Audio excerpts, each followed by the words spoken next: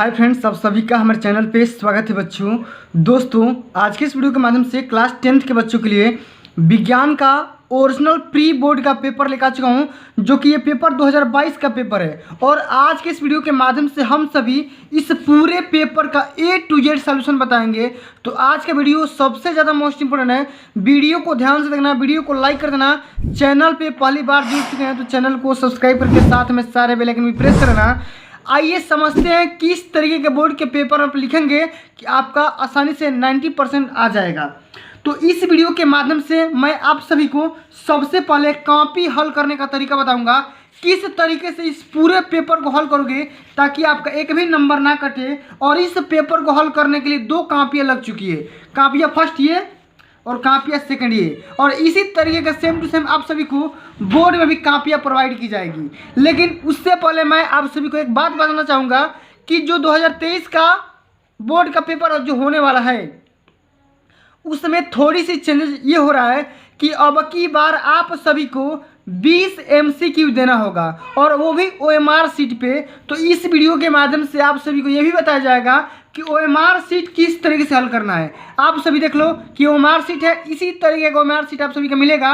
और इस OMR seat को कैसे फिलअप करना है वो भी मैं आप सभी को वीडियो में एंड तक बताने वाला हूँ, साथ में दिखाने वाला हूँ। तो आज का वीडियो सबसे ज़्यादा मोस्ट इंपॉर्टेंट है। वीडियो को ध्यान से देखना, वीडियो कंप्लीट एंड तक जरूर देख लेना, वरना बहुत पछताओगे।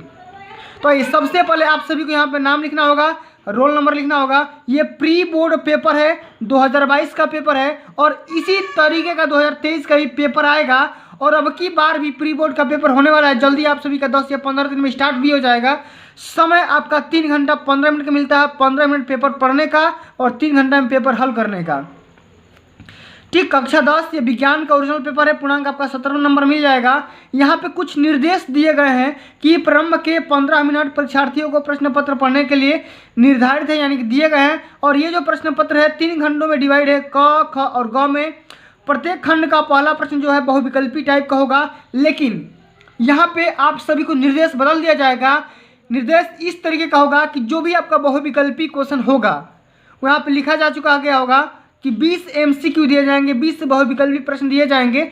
और उसके लिए आप सभी को एक इस तरीके का एक सादा OMR सीट मिलेगा। ये तो रंगा जा चुका है, बताया जा चुका है, ठीक ना। तो आप सभी को उन सभी प्रश्नों को हल करके OMR सीट में फिलअप करना है। किस तरीके से करना है वही मैं आप सभी को बताऊंगा इस वीडियो के माध्यम से। तो आइए सबसे पहले हम खंड क को स्टार्ट करते हैं। और खंड क में जो कि फिजिक्स के क्वेश्चन दिए गए हैं, खंड ख में केमिस्ट्री के, और खंड ग में बायोलॉजी क्वेश्चन दिए गए हैं। तो सभी सेक्शन को हम बारी बारी से हल करेंगे। और बोर्ड के कॉपी में किस तरीके से हल करना है इसका सेम टू सेम सॉल्यूशन बताने में रहा हूँ, तो ध्यान से जरूर देखना। आइए सबसे जो पहला क्वेश्चन ये है कि किसी वस्तु से बड़ा आभासी प्रतिबिंब बन सकता है।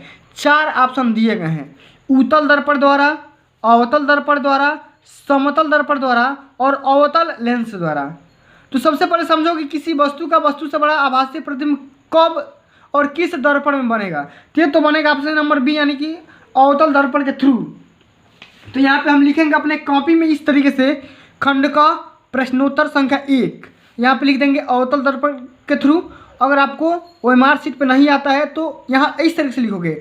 अगर OMR सीट मिलता है तो आप सभी को खाली 1 से लेकर के 20 तक यहाँ पे OMR सीट में खाली भर देना है। ऑप्शन नंबर सेकंड सही हो जाएगा, गोला कर देना है। अंत में बताऊंगा।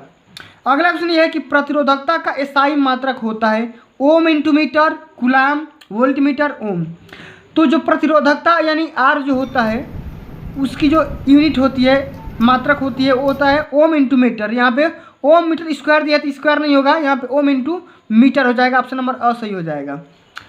अगला क्वेश्चन ये है कि विद्युत धारा उत्पन्न करने की युक्ति को क्या बोलते हैं। सभी को पता है, जो इलेक्ट्रिक करंट को डेवलप करते हैं उसे हम जनरेटर यानी कि जनित्र कहते हैं। ऑप्शन नंबर अ सही हो जाएगा। इस तरीके से गोला कर देना है, ठीक। अब अगला क्वेश्चन ये है कि अभिनेत्र लेंस की फोकस दूरी में परिवर्तन किया जा सकता है। किसके द्वारा? पुतली के द्वारा, दृष्टिपटल के द्वारा, पक्षमाभि के द्वारा, परितालिका के द्वारा। तो ऑप्शन नंबर सही हो जाएगा, पक्षमाभि के द्वारा। इस तरीके से आपको हमने यहाँ पे OMR सीट पे गोला करना है, ठीक। चलो अगला क्वेश्चन यहाँ पे बोला जा रहा है कि वाहनों में किस प्रकार के दर्पण को पश्च दृश्य दर्पण के रूप में वरीयता दी जाती है और क्यों दी जाती है? बोला जा रहा है कि जो भी हम वाहन, बाइक, स्कूटी वगैरह इस्तेमाल करते हैं, ट्रक वगैरह इस्तेमाल करते हैं, तो उसके वाहन में साइड मिरर में कौन सा मिरर लगा होता है? तो सभी को पता है उत्तल दर्पण लगा होता है। कौन सा दर्पण? उत्तल दर्पण। तो यहाँ पे देखो लिखोगे कैसे, सबसे पहले कॉपी में समझ लो लिखने का तरीका। यहाँ पे देखो लिखने का तरीका ढंग बता दे रहा हूँ किस तरीके से लिखना है। ये बोर्ड की कॉपी है और इस कॉपी में लिखोगे प्रश्नोत्तर संख्या दूसरा का, यहाँ पे हेडिंग लगाओगे क, और यहाँ पे लिखोगे कि वाहनों में उत्तल दर्पण को पश्च दृश्य के रूप में वरीयता दी जाती है, और इसलिए दी जाती है क्योंकि उत्तल दर्पण एक ऐसा दर्पण है जो दूर की वस्तुओं को प्रतिबिंब आसानी से दिखा सकता है। ठीक, चलो अगला क्वेश्चन ये दिया गया है कि किसी अवतल लेंस की फोकस दूरी 15 सेंटीमीटर है, वस्तु को लेंस से कितनी दूरी पर रखें कि वस्तु द्वारा लेंस से 10 सेंटीमीटर दूरी का प्रतिबिंब बने? तो देखो यहाँ पे देखो हल किया गया है। एफ का मान 15 दे दिया है, यू का मान सभी को पता है, उत्तल हो या अवतल हमेशा निगेटिव होता है। भी का मान इसमें निकालना है, तो फार्मूला सभी को पता है कि 1/a बराबर 1/v माइनस 1/u होता है लेंस के लिए। एफ का मान और यू का मान रख दो, भी का मान यहाँ से निकल के आ जाएगा। चूँकि माइनस निकलेगा तो माइनस निकलने का सेंस क्या है? दर्पण के पीछे बनेगा। ठीक ना, इस तरीके से हल कर सकते हो। अब अगला क्वेश्चन ये है कि जरा दृष्टि दोष क्या है, इसका निवारण कैसे होता है? इस तरीके से देखो यहाँ पे ग हेडिंग लगाओगे, जरा दृष्टि दोष हेडिंग लगाओगे, यहाँ पे लिखोगे कि इस दोष में पीड़ित व्यक्ति को न तो पास की वस्तु दिखाई देती है और न ही दूर की वस्तु दिखाई देती है। ठीक, इसका निवारण कैसे करोगे? इस प्रकार के दोष को दूर करने के लिए व्यक्ति को द्विफोकसी लेंस, कैसा? बाइफोकल लेंस का इस्तेमाल करेंगे। ठीक, द्विफोकसी लेंस वाले क्षमता का हम इस्तेमाल करेंगे। समझ गए? तो इस तरीके से जरा दृष्टि दोष को समझाएंगे, फिर इसका निवारण कैसे करेंगे इसको समझाएंगे। आपको यहाँ से 2 नंबर पक्का मिल जाएगा। अब अगला क्वेश्चन ये है कि प्रकाश के परावर्तन के नियम लिखिए, और यहाँ पे एक न्यूमेरिकल पूछा गया है कि 20 सेंटीमीटर वक्रता त्रिज्या वाले अवतल दर्पण के सामने और 5 सेंटीमीटर दूरी पर और 15 सेंटीमीटर दूरी पर कोई वस्तु रखने पर प्रत्येक स्थिति में प्रतिबिंब कहाँ और कैसे बनेगा? तो सबसे पहले आप सभी क्या लिखना है? परावर्तन के नियम। यहाँ पे लिख दोगे कि प्रकाश के परावर्तन के नियम 2 होते हैं, आपतित किरण, परावर्तित किरण और अविलंब, तीनों एक ही तल में होते हैं। पहला नियम। दूसरा नियम ये लिख सकते हो कि आपतन कोण I और परावर्तन कोण R का मान सदैव क्या होता है? बराबर होता है। सदैव क्या होता है? I = R होता है।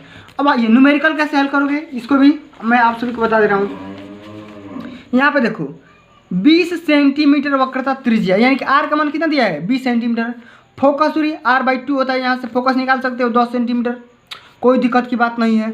अब यहाँ देखो प्रथम कंडीशन में ये दिया गया है कि यू का मान कितना दिया है? 5 सेंटीमीटर। यहाँ पे यू का मान प्रथम कंडीशन में यहाँ पे लिख सकते हो, यू का मान 5 सेंटीमीटर, इस तरीके से लिख सकते हो। एफ का मान सभी को पता है कि क्या रखोगे? -10 रखोगे। अब यहाँ पे दर्पण के लिए 1/a बराबर 1/v + 1/u लगा दो, यहाँ से क्या निकल के आ जाएगा? बी का मान यहाँ से निकालोगे तो 10 सेंटीमीटर निकल के आ जाएगा। बहुत ही आसान सा कंसेप्ट है। और इसी तरीके से जो आपका अगला जो क्वेश्चन है, अब यू का मान यहाँ से बदल जाएगा, 15 सेंटीमीटर दूर रखोगे तो यू का मान यहाँ से क्या रखोगे? 15 सेंटीमीटर, चूँकि यू का मान हमेशा क्या होता है? निगेटिव होता है। केवल रख लेना। यहाँ से फिर 1/a बराबर 1/v + 1/u पे लगा के फिर यहाँ से भी का मान निकाल सकते हो, -30 आ जाएगा, चूँकि वास्तविक उल्टा और बड़ा बनेगा। तो इस तरीके से क्वेश्चन को हल करोगे तो आपका एक भी नंबर नहीं कटेगा। तो ये कर लो या ये कर लो कि लेंस क्या होता है? प्रकाशीय गुणों का दर्पण यह कितने प्रकार का होता है? उत्तल लेंस और के प्रथम फोकस तथा लेंस के बीच की स्थिति, वस्तु का प्रतिबिंब का स्थिति बताइए। तो किरण आरेख बताना है, तो दोनों में से कोई भी एक कर सकते हो, तो मैंने पहला बता दिया। अब अगला क्वेश्चन ये है कि किसी चालक का प्रतिरोध किन कारकों पर डिपेंड करता है? किन किन बातों पर डिपेंड करता है उसके बारे में लिखना है। ठीक, और दिए गए पदार्थ के लिए लंबाई तथा ए मोटाई के, एल लंबाई तथा ए मोटाई के तार का प्रतिरोध 4 ओम है। तो ये क्वेश्चन भी कर सकते हो या ये भी कर सकते हो कि वैद्युत विभवांतर का परिभाषा लिखिए, मात्रक लिखिए। और यहाँ पे बोला गया है कि 10 ओम, 20 ओम और 30 ओम के प्रतिरोध के समांतर क्रम में जोड़ना है, फिर श्रेणी क्रम में जोड़ना है। तो समांतर क्रम में जोड़ने के लिए देखो यहाँ पे विभवांतर का परिभाषा लिखा गया है कि एकांक आवेश को वैद्युत क्षेत्र के अंदर लाने में किए गए कार्य को हम क्या बोलते हैं? इलेक्ट्रिक पोटेंशियल या विभवांतर बोलेंगे। V = W/Q होता है, चूँकि कार्य हमेशा क्या होता है? निगेटिव होता है। ठीक, इसका मात्रा क्या हो जाएगा? वोल्ट हो जाएगा। अब यहाँ पे देखो R1 R2 R3 का मान दिया है 10 20 और 30 ओम। तो समांतर क्रम में जोड़ोगे तो 1/R1 1/R2 प्लस 1/R3 हो जाएगा। तो इस तरीके से ये निकाल लोगे। और श्रेणी क्रम के लिए R1 plus R2 plus R3 हो जाएगा। तो ये निकाल सकते हो, 60 में यहाँ से निकल के आ जाएगा। तो बहुत ही आसान है, लेकिन करने का तरीका पता होना चाहिए। अगर इस तरीके से आप लिखोगे तो बोर्ड के पेपर में ऑब्वियसली आप 90% स्कोर पक्का कर सकते हो। अब अगला क्वेश्चन देख सकते हो कि विद्युत मोटर का नामांकित आरेख खींचकर सिद्धांत तथा कार्यविधि को स्पष्ट करिए। तो मोटर क्या होता है, सबसे पहले यहाँ पे मोटर को डिफाइन कर दो कि वैद्युत मोटर एक ऐसा साधन होता है जो विद्युत ऊर्जा को विद्युत यांत्रिक ऊर्जा में कन्वर्ट करता है, बदलता है। समझ गए। सिद्धांत लिख दो, कार्यविधि लिख दो, चित्र बना दो, आपका पूरा नंबर यहाँ से मिल जाएगा। ठीक, ये भी कर सकते हो। परिनालिका किसे कहते हैं, तो दोनों में से कोई जो आ रहा है कर देना। ठीक, अब चलो अगला जो सेक्शन सी है यानी कि सेक्शन बी है, ख जो खंड है, इसको समझते हैं। केमिस्ट्री का सेक्शन है। बोला जा रहा है कि Zn plus CuSO4 Zn SO4 Cu एक रासायनिक अभिक्रिया है। और बोला जा रहा है कि किस प्रकार की रासायनिक अभिक्रिया है, संयोजन अभिक्रिया है, विस्थापन है कि द्विविस्थापन है कि ये वियोजन है। तो कैसा है, ये विस्थापन है, खाली विस्थापित हुआ है। देखो Zn एक है तो Zn एक, SO4 है तो SO4, Cu है तो खाली Cu, खाली विस्थापित हो गया है। लेफ्ट से क्या राइट में क्या हो गया, विस्थापित हो गया है। तो क्या हो जाएगा, विस्थापित अभिक्रिया हो जाएगा। अब जल की कठोरता को हटाने के लिए निम्न में से किसका उपयोग किया जाता है, बेकिंग सोडा, धावन सोडा, विरंजा चूर्ण, प्लास्टर ऑफ पेरिस। तो सभी को पता है, बच्चे को पता है कि धावन सोडा का इस्तेमाल करते हैं। तो इस तरीके से गोला कर देना है आंसर शीट में, समझ गए, OMR शीट पे। अगला क्वेश्चन यह है कि निम्न में से किसी यौगिक में OH का एक क्रियात्मक समूह है। तो ब्यूटेनॉन, ब्यूटेनॉल, ब्यूटेनोइक एसिड या ब्यूटेनॉल। इसका क्या हो जाएगा, ब्यूटेनॉल, यानी कि ऑप्शन नंबर ब सही हो जाएगा, ब्यूटेनॉल। तो देखो इसको भी करने का तरीका यहाँ पे है। देखो खंड ख प्रश्नोत्तर संख्या 5वां, इस तरीके से लिख दो। क का कौन सही है, ख का कौन सही है, ग का कौन सही है। तो चूंकि आप सभी को तो OMR शीट भरना है, वो मैं बताऊंगा। ठीक, अगला क्वेश्चन ये है कि रेडॉक्स अभिक्रिया से क्या समझते हैं, क्या अभिप्राय है, और रासायनिक अभिक्रिया का उदाहरण देकर के बताइए। तो आइए सबसे पहले हम यहाँ पे क्या करेंगे, रेडॉक्स रिएक्शन के बारे में लिखेंगे। प्रश्नोत्तर संख्या 6, रेडॉक्स रिएक्शन यानी कि रेडॉक्स अभिक्रिया। तो वह रासायनिक अभिक्रिया जिसमें एक अभिकारक का ऑक्सीकरण तथा दूसरे अभिकारक का अपचयन होता है, रेडॉक्स अभिक्रिया कहलाता है। इस तरीके से लिखोगे, आपका एक भी नंबर नहीं कटेगा। इसका रिएक्शन लिख दो कि CuO प्लस H2, तो दो भाग में टूटेगा, Cu प्लस H2O। यहाँ देखो H2O के H2 हुआ कि क्या हो गया, ये ऑक्सीकरण हुआ। O2 का यहाँ पे क्या हो गया, प्राप्ति हो गया। और यहाँ पे देखो CuO का यहाँ पे Cu मिला, तो यहाँ पे क्या हो गया, O2 के यहाँ पे अपचयन हो गया, यानी ह्रास हो गया, कमी हो गया। इस तरीके से रेडॉक्स रिएक्शन को लिख सकते हो। अब अगला क्वेश्चन ये है कि बेकिंग सोडा बनाने की विधि तथा उपयोग लिखिए। तो क्या है नियम भाई, इसको समझते हैं। देखो ध्यान समझो, बेकिंग सोडा बनाने की विधि। तो सबसे पहले यहाँ पे लिखोगे सोडियम कार्बोनेट से। तो सोडियम कार्बोनेट से कैसे बनाओगे भाई, तो सोडियम कार्बोनेट यानी सोडियम कार्बोनेट ठंडे सांद्र विलयन में CO2 ठीक गैस प्रवाहित करता है, और सोडियम बाइकार्बोनेट सफ़ेद ठोस के रूप में अवक्षेपित हो जाता है, यानी कि प्रेसिपिटेट के रूप में प्राप्त हो जाता है। और इसका रिएक्शन भी लिख सकते हो कि सोडियम बाइकार्बोनेट जो कि कार्बन डाइऑक्साइड और जल के साथ क्रिया करके क्या बनाएगा, एक बेकिंग सोडा बना देगा। और इसका उपयोग हम कहाँ कहाँ करते हैं, खाने में करते हैं और चर्म उद्योग में किया जाता है। तो इस तरीके से लिखोगे, आपका एक भी नंबर नहीं कटेगा। अब चलो अगला क्वेश्चन यह है कि आवर्त सारणी, आधुनिक आवर्त नियम क्या है, और आवर्त सारणी में किसी आवर्त में बाएं से दाएं जाने पर परमाणु त्रिज्या में क्या परिवर्तन होता है, इसके बारे में लिखना है। ठीक, यहाँ पे देखो लिखा गया है प्रश्नोत्तर संख्या 6 का आधुनिक आवर्त सारणी। इसके नियम क्या होते हैं भाई, कि इस नियम के अनुसार तत्वों के भौतिक तथा रासायनिक गुण के परमाणु क्रमांकों के आवर्ती फलन होते हैं। और देखो जब बाएं से दाएं जाओगे, यानी कि बाएं से दाएं जाने पर क्या हो जाता है, इसका परमाणु त्रिज्या घट जाती है। यहाँ पे लिखोगे क्या हो जाता है, घट जाता है। यहाँ पे लिख दो घट जाता है। अब अगला क्वेश्चन IPSC नाम लिखना है, बहुत ही आसान है। IPSC नाम लिख सकते हो ब्यूटेनॉल। ठीक इस तरीके से आप कर सकते हो, कोई दिक्कत की बात नहीं है। या ये भी कर सकते हो कि संक्षारण किससे कहते हैं, धातुओं को संक्षारण रोकने की कोई दो विधियाँ बताओ। तो संक्षारण क्या होता है, लोहे से बनी वस्तुओं पे क्या लग जाता है, जंग लगना। और जंग लगने के प्रोसेस को हम क्या बोलते हैं, संक्षारण बोलते हैं। किस तरीके से रोक सकते हैं, तो भैया हम इसे पेंट करके रोक सकते हैं या कोटिंग करके रोक सकते हैं। यहाँ पे टिप्पणी लिखना है, कार्बनिक यौगिकों में प्रतिस्थापन अभिक्रिया, साबुन की सफाई अभिक्रिया और समजातीय श्रेणी, ये कर सकते हो, ये कर सकते हो। रिएक्शन लिखना होता है, रिएक्शन भी कर सकते हो, कोई दिक्कत की बात नहीं है। तो तीनों करोगे तो या तो ये कर दो, नहीं तो ये रिएक्शन लिख दो। तो बहुत ही आसान सा सब्जेक्ट है, ठीक ना। अब अगला सेक्शन ये है कि खंड ग, इसमें यह बताया जा रहा है कि निम्न में से कौन मानव में मादा जनन तंत्र का भाग नहीं है? अंडाशय, गर्भाशय, शुक्रवाहिका, डिंब वाहिनी। तो बोला जा रहा है कि मादा जनन तंत्र यानी कि स्त्री जनन तंत्र का भाग कौन सा नहीं है भाई? तो शुक्रवाहिका स्त्रियों में नहीं पाया जाता, जबकि ये पुरुषों में पाया जाता है। अगला क्वेश्चन ये है कि जीवाश्म ऊर्जा का स्रोत है पवन ऊर्जा, सौर ऊर्जा, कोयला, जल विद्युत। कोयला क्या हो जाएगा? जीवाश्म एनर्जी का स्रोत हो जाएगा। अब अगला क्वेश्चन ये है कि पवन चक्कियों का उपयोग किन किन कार्यों में किया जाता है? यांत्रिक कार्य में, रासायनिक कार्य में, दोनों में, इनमें से कोई नहीं। तो पवन चक्की का कार्य कहाँ पे किया जाता है? यांत्रिक कार्य करने में किया जाता है। ऑप्शन नंबर अ सही हो जाएगा। अगला क्वेश्चन ये है कि वे पदार्थ जो जैविक प्रक्रम के द्वारा अपघटित हो जाते हैं कहलाते हैं जैव निम्नीकरण, अजैव निम्नीकरणीय, ठीक, जैव उच्चीकरण, इनमें से कोई नहीं। तो जैव निम्नीकरण ऑप्शन नंबर ए सही हो जाएगा, ठीक। अब अगला ऑप्शन ये है कि स्वपोषी पोषण के लिए आवश्यक परिस्थितियां कौन सी होती है? इसके उप उत्पाद क्या होते हैं? लिखिए।